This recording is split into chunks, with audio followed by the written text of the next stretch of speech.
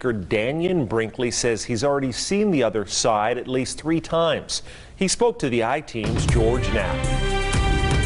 I have been dead so many times, it's like a comedy routine, okay? I mean, when you get to talking about being dead, George, I got it down pat. In 1975, a macho former star athlete and U.S. Marine named Dannion Brinkley, a self-described brawler and redneck, had a life-changing, life-ending experience when a bolt of lightning slammed through a phone line and into his skull. It melted the phone. It went into the side of my head above my ear. It went down my spine. It welded the nails of the heels of my shoes to the floor. It threw me up in the air. I see the ceiling, it slams me back down. A ball of fire comes through the room and blinds me. I am burning, I am on fire, I am paralyzed. Brinkley says he left his body, floated along with the ambulance as it raced to a hospital, and watched from above as doctors declared him dead.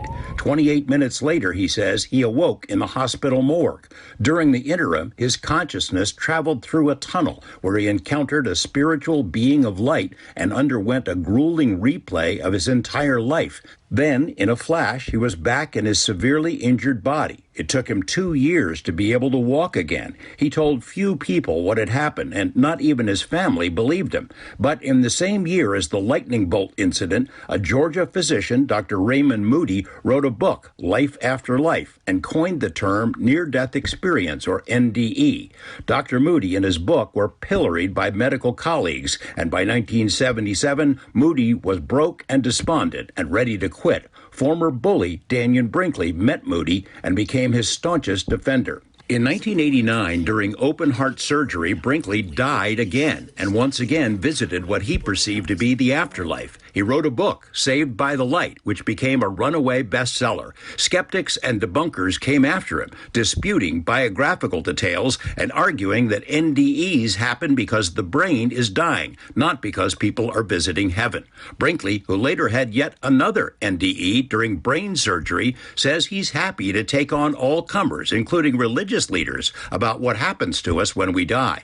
If I didn't go to hell in the last 4 journeys, nobody's going to hell, okay? So when you learn you don't die, when you learn you're a spiritual being and you're not going to go to hell, that's enough to inspire you to change. Brinkley put his beliefs into action. He spent tens of thousands of hours at the bedsides of the dying, personally witnessed more than 2,000 people as they passed on, and created a program called the Twilight Brigade, which works with the VA to try to ensure that no military veteran should die alone. A defiant Brinkley, hobbled by a lifetime of serious injuries, knows he's helped thousands of people who are facing death, whether science or religion believe him or not. Why I do these talks, George, is because nobody dies. It never happens. It's not a part of the nature of reality. It's not. George Knapp, 8 News Now. Tomorrow, we will put up the full interview with Dannion Brinkley on our Mystery Wire website, along with related links as well as additional materials.